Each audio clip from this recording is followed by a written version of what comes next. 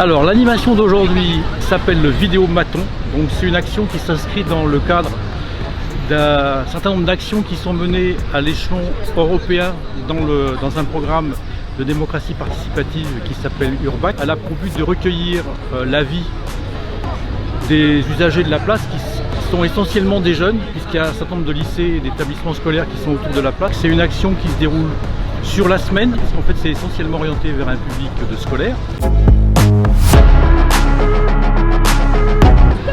Donc l'idée c'est de poser des questions aux jeunes et attirer les jeunes de manière un petit peu, on va dire fun.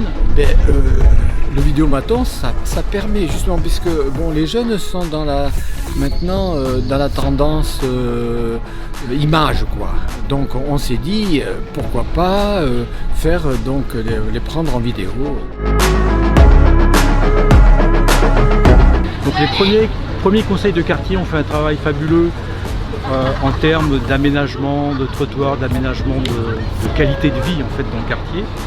Et nous on est la troisième vague et on a un petit peu une approche assez différente sur la manière d'aborder le conseil de quartier et l'échange avec les habitants.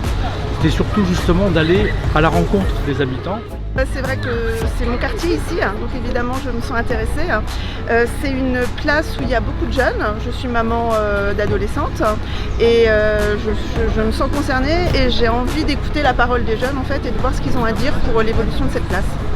La parole des citoyens et des administrés, des gens qui vivent dans la ville est très importante en fait parce qu'on est les premiers acteurs du quotidien et on est les usagers en fait de ce qui nous entoure. Et on est aussi un petit peu maître de ce qui peut arriver dans le futur.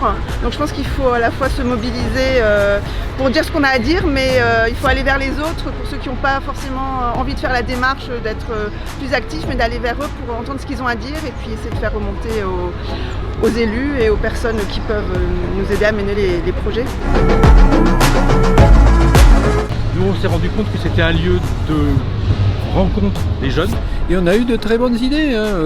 Je vous en évoque quelques-unes d'entre elles. Par exemple, avoir plusieurs abris contre la pluie, avoir un point d'eau pour se désaltérer, peut-être mettre davantage de plantes à fleurs pour égayer tout ça.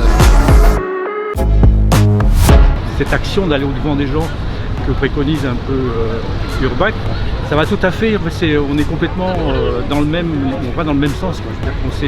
On s'est vraiment retrouvé sur ce type d'action. C'est aussi une réflexion plus globale, c'est-à-dire ça structure un petit peu notre façon d'avancer sur ce que c'est que la démocratie participative, etc. Donc c'est un échange, c'est avant tout un lieu d'échange.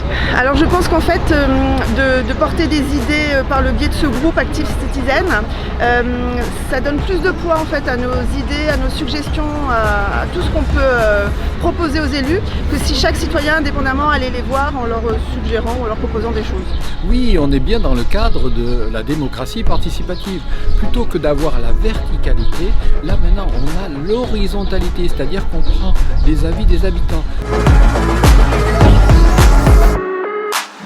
Je pense que l'approche de partir du ressenti des habitants, de leurs besoins, de leurs envies est bien plus intéressante que d'imposer d'abord un projet. Voilà, c'est toujours bon d'avoir des initiatives qui permettent de prendre en compte la vie des gens sur leur cadre d'habitat pour justement correspondre à leurs besoins et leurs envies. Ça ne peut qu'aller dans le bon sens.